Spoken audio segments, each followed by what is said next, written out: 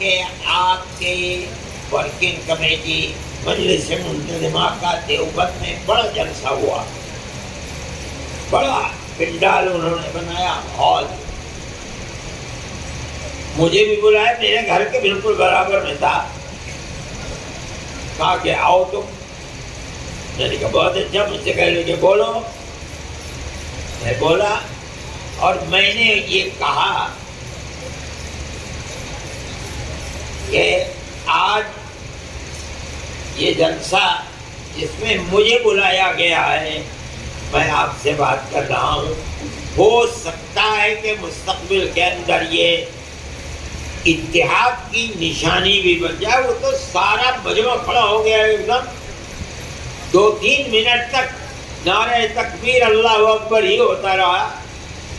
تو میں نے مولانا محمود صاحب سے کہا کہ میری اس تجویز کو آپ کے 100% لوگوں نے کس طرح اس کا استقبال کیا تھا، اس کا مطلب یہ ہے کہ آپ کی جمعیت کے تمام ارکان دو چار الگ ہوں گے، سب یہ چاہتے ہیں کہ اتحاد ہو جائے، اتنے متحد ہونا چاہیے۔ خاموش ہو گئے۔ پھر میں نے کہا کہ اچھا جو آپ کہہ رہے ہیں مجھے اس کو تحریری طریقے پر دے دو۔ بہرحال یہ سب کچھ ہوا، لیکن ان کی طرف سے معذرت ہو گئی۔ میں یہ بات کہہ رہا ہوں کہ آپ یہ نہ سمجھیں کہ ہماری طرف سے اس میں کوئی کوتاہی ہے۔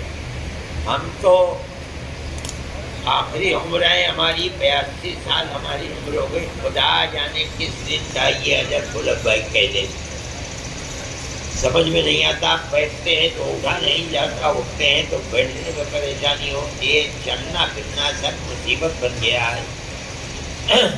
ہم یہ چاہتے ہیں دل و جان سے کہ مستقبل کے اندر ایسی راہ ہو کہ جس میں اتحاد کی صورت آ جائے۔ ان کے سامنے کیا مشکلات ہیں، ہمیں یہ حق نہیں ہے کہ ہم مشکلات کے سلسلے میں ان سے پوچھیں، لیکن بہرحال بات یہ ہے کہ میرا دامن پاک ہے بالکل۔ میں یہ بھی کہتا ہوں، میں نے یہ بات پرسوں کہی ہے کہ بھئی اگر یہ رکاوٹ ہے کہ آپ مجھے یہ کہیں کہ ہم صدر بنیں، میرے خدا کہتا ہوں تیار ہوں، آپ بنیے، جماعت کو ایک کر لیجئے۔